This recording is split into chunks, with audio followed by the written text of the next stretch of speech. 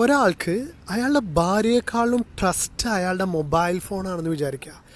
പക്ഷെ ഭാര്യയെക്കാളും ഇഷ്ടം അയാൾ വിശ്വസിക്കുന്നത്, അയാളുടെ കാര്യങ്ങൾ സ്റ്റോർ ചെയ്ത് വെച്ചിരിക്കുന്നത്, ഷെയർ ചെയ്യുന്നത്, അയാൾ ടൈം സ്പെൻഡ് ചെയ്യുന്നതൊക്കെ അയാളുടെ മൊബൈൽ ഫോണുമായിട്ട് ഒത്താണെന്ന് വിചാരിക്കുക.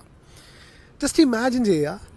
ആളുകൾ എപ്പോഴും ചോദിക്കും, ഈ ആർട്ടിഫിഷ്യൽ ഇൻ്റലിജൻസ് AI യന്ത്രമനുഷ്യന്മാർ വന്നാൽ ലോകത്തിൽ വലിയ മാറ്റമൊന്നും വരില്ല, അതൊക്കെ മനുഷ്യന്മാരൊക്കെ അതേപോലെ തന്നെ എക്സിസ്റ്റ് ചെയ്യുന്നുള്ളത്.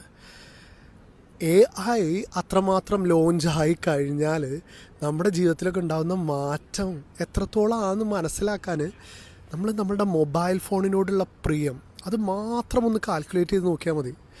നമ്മളുടെ എല്ലാ രഹസ്യങ്ങളും ഇഷ്ടങ്ങളും നമ്മളുടെ സ്വകാര്യതകളും നമ്മുടെ പേഴ്സണൽ ലൈഫും ഒക്കെ നമ്മുടെ ജീവിതത്തിലെ ഏറ്റവും പ്രിയപ്പെട്ടവരെക്കാൾ പ്രാധാന്യത്തോടെ നമ്മൾ ശേഖരിച്ചു വെച്ചിരിക്കുന്നത് നമ്മുടെ മൊബൈൽ ഫോണിലാണ്, ഒരു യന്ത്രത്തിലാണ്, ഒരു നിർജീവമായൊരു സാധനത്തിലാണ്. അപ്പോൾ AI കൂടെ അത്രമാത്രം റോബോട്ടിക്സൊക്കെ കാര്യമായിട്ട് ഇറങ്ങുന്നൊരു കാലഘട്ടത്തിൽ എന്തായിരിക്കും ലോകത്തിലെ അല്ലെങ്കിൽ മനുഷ്യന്മാരുടെ അവസ്ഥ?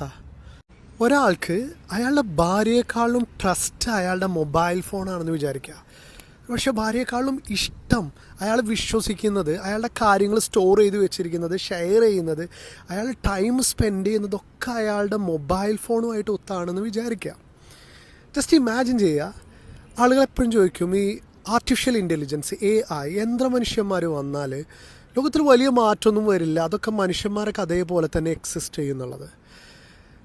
AI അത്രമാത്രം ലോഞ്ചായി കഴിഞ്ഞാൽ നമ്മുടെ ജീവിതത്തിലൊക്കെ ഉണ്ടാകുന്ന മാറ്റം എത്രത്തോളമാണെന്ന് മനസ്സിലാക്കാൻ നമ്മളുടെ മൊബൈൽ ഫോണിനോടുള്ള പ്രിയം അത് മാത്രം ഒന്ന് കാൽക്കുലേറ്റ് ചെയ്ത് നോക്കിയാൽ മതി.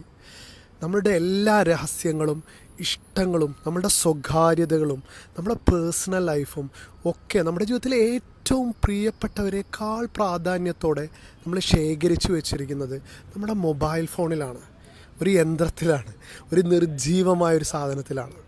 അപ്പോൾ AI കൂടെ അത്രമാത്രം റോബോട്ടിക്സൊക്കെ കാര്യമായിട്ട് ഇറങ്ങുന്നൊരു കാലഘട്ടത്തിൽ എന്തായിരിക്കും ലോകത്തിലെ അല്ലെങ്കിൽ മനുഷ്യന്മാരുടെ അവസ്ഥ?